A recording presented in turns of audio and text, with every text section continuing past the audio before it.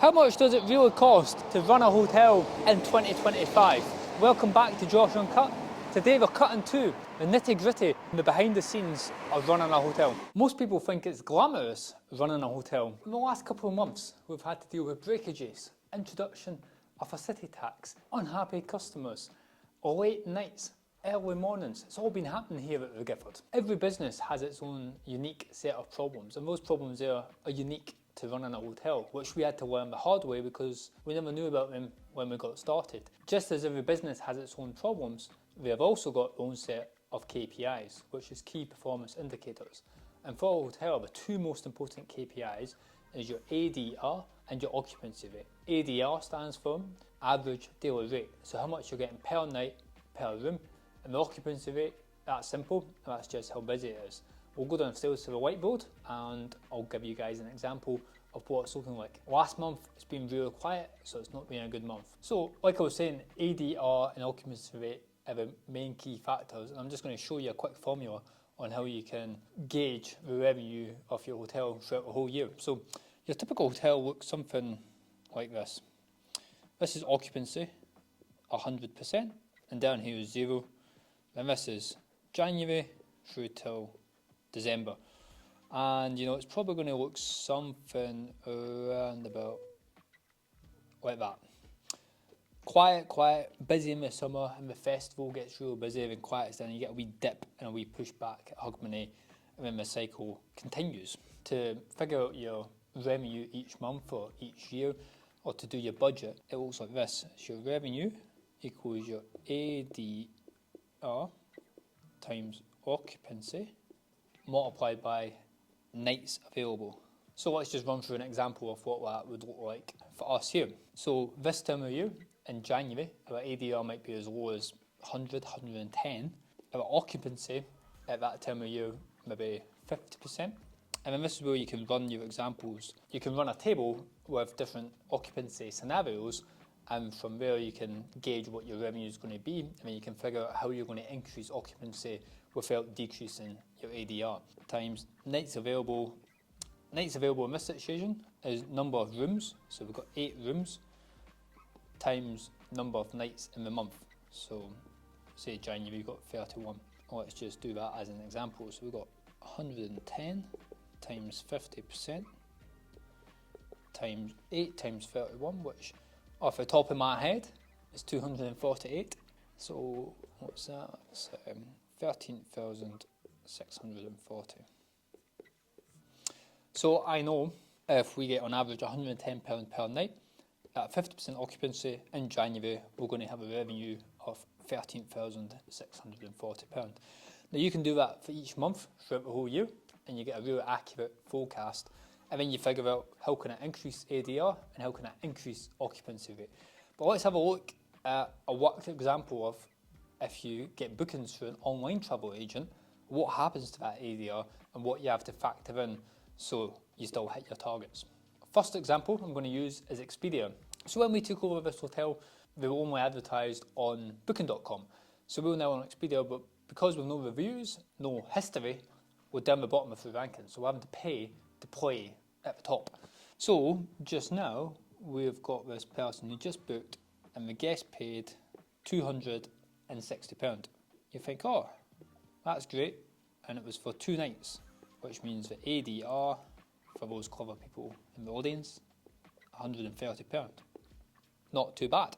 So here, we take a member-only discount. So if you're a member of Expedia, you get a discount. And in this scenario, it's 10%, so £26. Because we're down the bottom of the rankings, we've paid to boost it on our accelerator program, which takes approximately 5%, which in this worked example is £12. Then you've got their commission, 15%, which is £42. So they're taking £80 off what you're getting. So that £80 works out as 31% in fees and commission off that. And that is why everybody's pushing for direct bookings. We're left with £180, and off that we need to pay for the cleaning, which on average is £25 to clean a room, do the linen, turn it around, restock it with tea, coffee, tonics, tea cakes and Iron brew. on average to run this building is £54 per day per hotel room, 2 nights. It's £110. Take away 25, take away 110. You're making £45 per night as a rough NOI, net operating income. That doesn't include any repair and maintenance, that doesn't include any extra marketing, that doesn't include any reinvestments we need to do. This is low season. In the high season, it could be easily double that. We'll have more direct bookings coming in. We'll not have to pay as much in commission, so no, it will be much higher. But just so you understand the flow that you have to go through to get those high daily rates. So guys, that's a worked example of kind of what's left typically on your standard booking with your typical running costs. But the bits you don't see is the 24/7 nature of this beast. Something always goes wrong at midnight. Nothing ever goes wrong at 3 p.m. So you need to factor that in. All the damages that happens. There's a lot of wear and tear on the building because you've got so much footfall. You could have 30 people a day coming through here. Wheels down the carpet, wheels down the paintwork, the bathrooms get damaged, guests come in and break stuff. Sometimes we make a mistake and we might have got double booked, which has happened. Then we're paying more money to another hotel to relocate that guest. There's a lot of stuff that can go wrong, and to keep the building fresh and at its best, you have to constantly reinvest and innovate to attract those guests and get that high ADR and high occupancy rate. So guys, you've probably heard me say before, if you don't innovate, you evaporate. For us to be innovative here, we have to reinvest in our asset to produce a return in the future. So today I'm going to give you a real fun example of how that's going to look with the numbers included. So the current problem we've got right now is our occupancy is too low and our ADR is too low as well. So we need to increase those two things. So high in the high seasons, but as we've come into winter, we've got lower down. People book rooms on how they look, and to attract more people, we need to make it a bit more modern around the building. So this is what we're currently looking at. Our current ADR at this time of year is around about 110, and our occupancy is around about 50%. What I want to get to is this. We want, on average, between weekdays and the weekends, to have a blended result of 196 as our ADR and 86.5% occupancy. I've looked at my hotels in the area, what they're charging, how they look, how they feel, what their feedback is like. Looking at that, I believe we can easily hit 196 all year round for the ADR. But to get that, we have to heavily invest into the property to make it the place everybody wants to come. Not just some people, everybody. How does that look like on a ROI basis? So with renovation, we're going to turn this room and the room next door into bedrooms, and then we're going to split the back apartment up into 2 bedrooms. So we're going to get 4 bedrooms, and our quotes back, including closing the hotel for a month, because we need to rip up this whole floor, put in bathrooms, rip apart the walls. It's going to be super fun. It's going to be 100k, 25k a bedroom, roughly is what it's going to cost to do that, do the bathrooms, furniture, buy beds, comfy mattresses, lights, all that sort of jazz. 100k. The first thing I want to do is, like, in year 1, how much is 4 bedrooms using these numbers here going to bring us in?